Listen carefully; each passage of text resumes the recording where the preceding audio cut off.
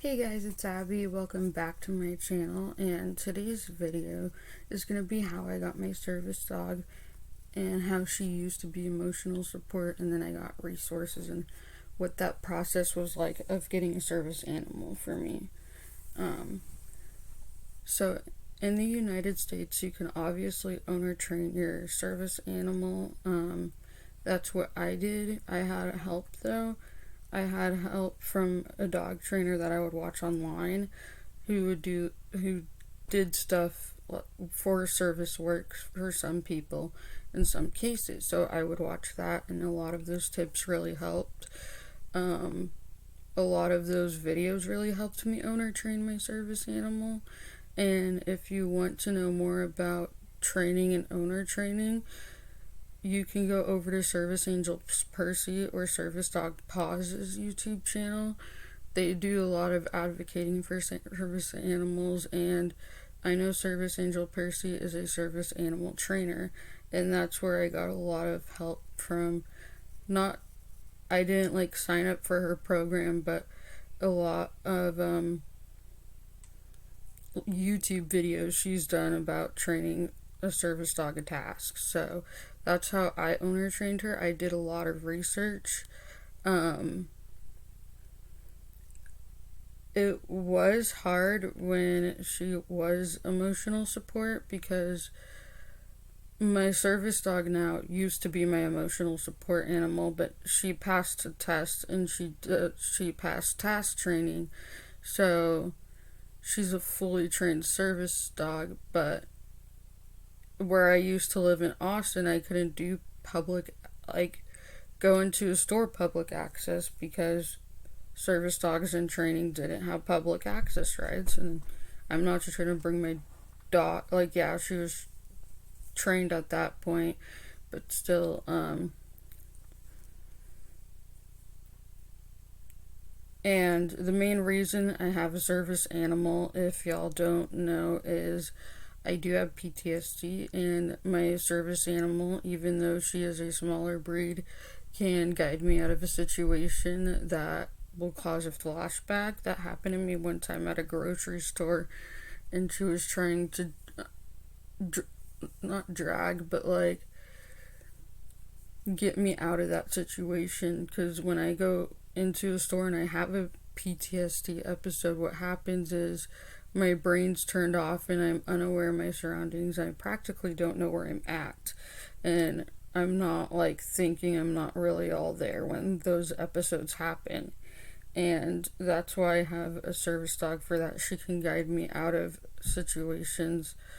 One time I had to just redirect her focus because I was more worried about getting to the ATM, and she was trying to guide me out of the... And for her guide stuff, she does do is I have her on a leash. Even if I needed to have her off leash, she's completely under my control. But her being under my control is amazing in public, and I don't really need a leash. But for the task trained guide work, I need her to be on a leash because that's how she guides me. She once tried to guide me out of a situation, and I was more worried about getting to the ATM and pulling out some money. Then I'm going to have a PTSD episode soon, and it's not going to be pretty. And what happens with my episodes is my mind goes blank. I basically am just numb to the situation around me, and that's really hard. After my mind goes blank and stuff, my body starts shaking really bad. And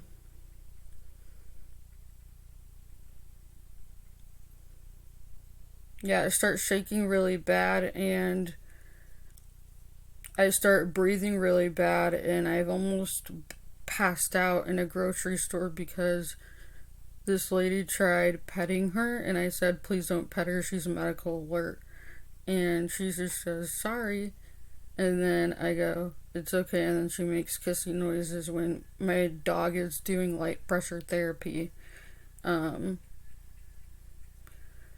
The There are a variety of service dog for service work under the ADA guidelines. I am allowed to own or train my service animal like I have been doing and have done. So she's medical alert, psychiatric, and PTSD response. And you can go further back on my channel and look at what tasks she is trained to do.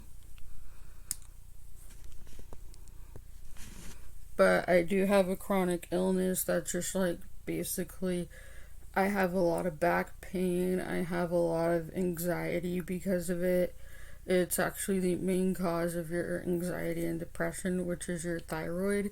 And my thyroid does disable me by I get really lightheaded if I didn't eat or something, or my heart rate gets really fast and my blood pressure rises, and that's why I have her as medical alert, because she can alert to all those signs.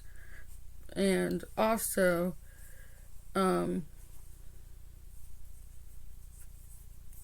after she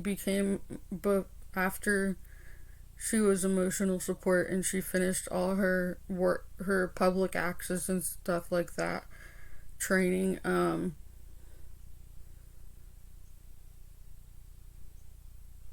after all of that training, we flew up here with her, and it was her first time ever on a plane, and I thought she wasn't gonna do great on a plane, but she actually did phenomenal. She sat in her downstay the whole flight.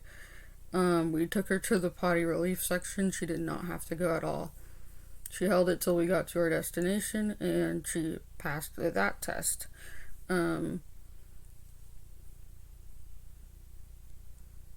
Also, with a service dog or service dog in training,